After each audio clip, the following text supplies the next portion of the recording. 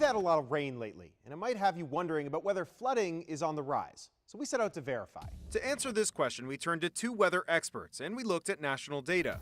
For over 70 years, the National Oceanic Atmospheric Administration has been collecting data from gauges along the coast that measure sea level and high tide flooding. Here's what they found. In the 2 decades between 1990 and 2010, DC saw an average of 2.4 tidal flooding events per year. In the last decade, that increased to 7.6 per year. That means that the average number of flooding events more than tripled, and the jumps were even larger in some surrounding areas. 3.5 times more flooding in Baltimore, and 5.5 times in Annapolis. That's the direct consequence due to sea level rise. The number of days of high tide flooding, often when it's sunny outside and no storm around, has doubled or upwards of tripled in frequency in the last 20 years due to about 5 inches or so of sea level rise. And the geography of DC just feeds into this problem. DC is on the confluence of both tidal Potomac and also the Potomac River coming in.